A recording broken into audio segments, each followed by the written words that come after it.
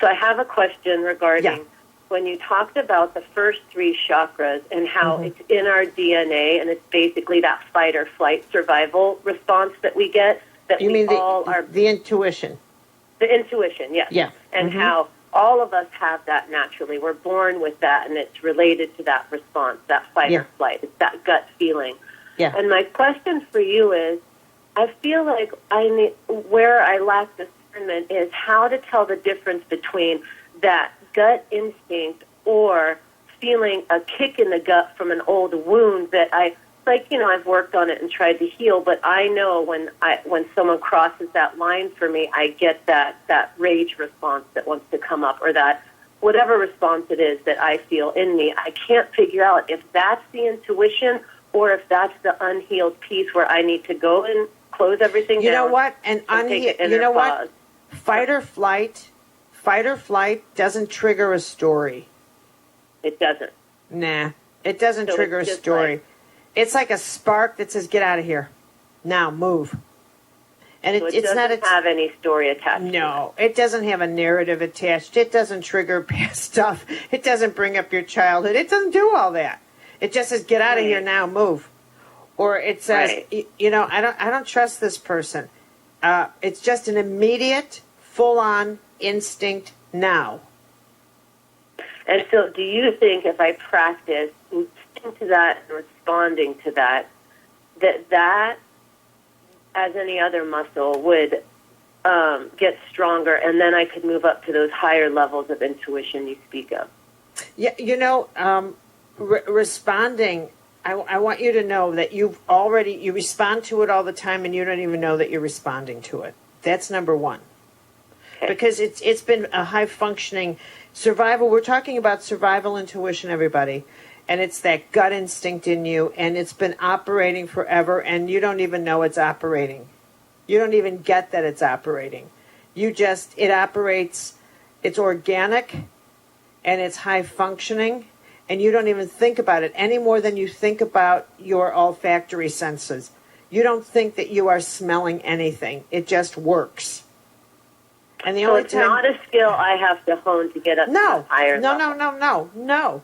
The only and you pay attention to it when you realize that when you have a peak intuitive experience, when in fact something happens that is really out of the ordinary, right. And you turn around and you realize, oh my God, I had a funny feeling about that person, and it's turned out to be true. Or when the feeling that you have is reinforced by something and it won't let you go.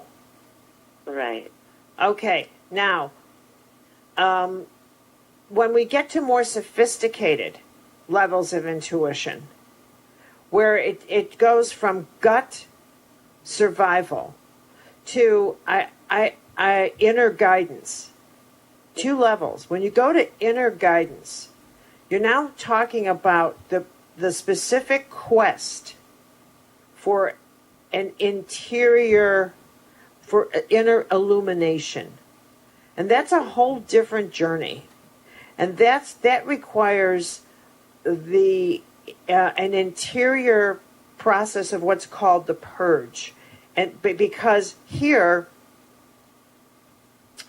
is where a sense of self, you start developing a sense of self, so that you can discern the difference between your own voice and all the garbage that you put into your head about, like this, what will other people say?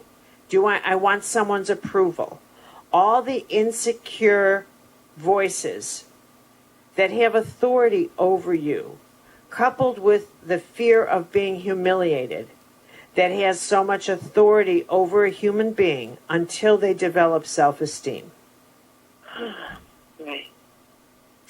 And the real and that's what needs to get purged out of a person. It just needs to get purged, and that's the real spiritual journey is this purge, this right here. Can you tell when it's purged? Is there a sign that says... No, there's no okay, such thing. That's no such thing. This is an ongoing, breathing, living, constant livingness. You never are ever out of this. You simply become more attuned. Because you may, 2 years from now, meet somebody who reactivates the need for approval. Someone who's bigger than life in your life, and here it starts all over again.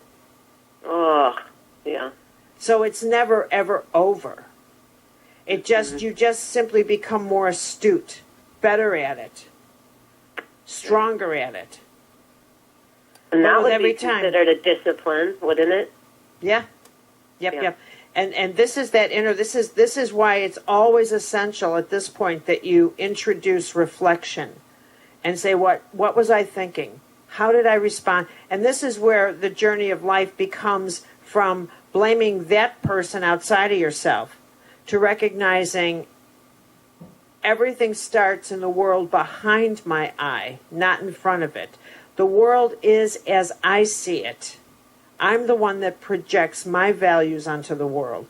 It starts from within me, not from outside. In the lesser world, we think everything starts on the outside and it comes toward us. And then as we become more aware, we recognize I'm the one that sees the world as I want to see it. I make up everything. I decide everybody should be this way or that way, and if they're not this way or that way, then they're bad or they're good. It all plays in my head. I think it should be creationism or not, or the world's flat or it's round. The world according to me. This planet is filled with every one of us who lives on their own planet. It's horrifying when you think of it. If you want a reason to believe in God, that's it right there. Something's holding this planet together. Okay, got it?